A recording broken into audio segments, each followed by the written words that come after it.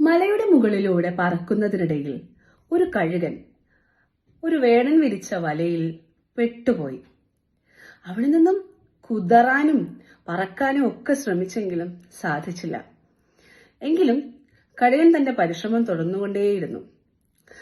അപ്പോൾ ആ വഴി വന്ന ഒരു കുഞ്ഞു ബാലൻ ഇത് കണ്ട് അടുത്തു വന്ന് ഒരു കത്തിയെടുത്ത് ആ വലയറുത്ത് കഴുകനെ രക്ഷിക്കാൻ നോക്കി. പക്ഷേ കത്തിയെടുത്ത് തന്നെ നേരെ വരുന്ന ബാലനെ കണ്ട് കഴുകൻ ഭയപ്പെട്ടു. ഇനി അവൻ തന്നെ കൊല്ലാൻ വന്നതാണോ? കഴുകൻ പരാക്രമത്തോടെ വലയിൽ നിന്നും കുതറാൻ ശ്രമിച്ചു. പക്ഷേ കുട്ടി തന്റെ ലക്ഷ്യം വിടാതെ കുറേ സമയം മെനക്കെട്ടിട്ടാണെങ്കിലും ആ കഴുകന്റെ വലയെ അറുത്തു കൊടുത്തു. അറുത്ത ഉടനെ പെട്ടെന്ന് തന്നെ കഴുകൻ കുതറിക്കൊണ്ട് പറക്കുന്നതിനിടയിൽ കഴുകന്റെ ആ വെപ്രാളത്തിനിടയിലോ ബാലന്റെ ശ്രദ്ധക്കുറവ് കൊണ്ടോ എന്താണെന്നറിയില്ല, ആ കുട്ടി മലയുടെ മുകളിൽ നിന്നും താഴേക്ക് വീഴാൻ പോയി. പെട്ടെന്ന് കഴുകൻ ഇത് കണ്ടു.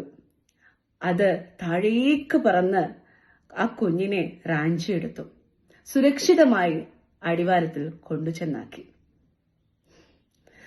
നന്മ ചെയ്യുവാൻ ഭാഷയോ ദേശമോ ജാതിയോ മതമോ നിറമോ ഒന്നും ആവശ്യമില്ല. നന്മ ചെയ്യുന്നവർക്ക് ഒരിക്കലും ദോഷം സംഭവിക്കുകയില്ല. നാം ഇന്ന് ചെയ്യുന്ന നന്മ ഒരു പക്ഷേ ചില വ്യക്തികളോടായിരിക്കാം, അല്ലെങ്കിൽ ഏതെങ്കിലും ഒരു സന്ദർഭത്തിലായിരിക്കാം. അപ്പോ അതേ വ്യക്തികൾ തന്നെ നമ്മളോട് തിരിച്ച് അതേപോലെ ചെയ്തില്ല എന്നാലോചിച്ച് വിഷമിക്കരുത്.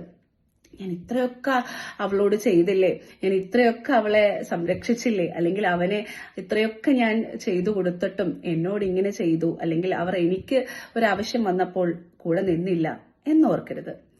നിങ്ങൾ ചെയ്തത് ഒരു നന്മയാണെങ്കിൽ ആ ഒരു എനർജി ഈ പ്രപഞ്ചത്തിലേക്ക് പോയിട്ടുണ്ട്.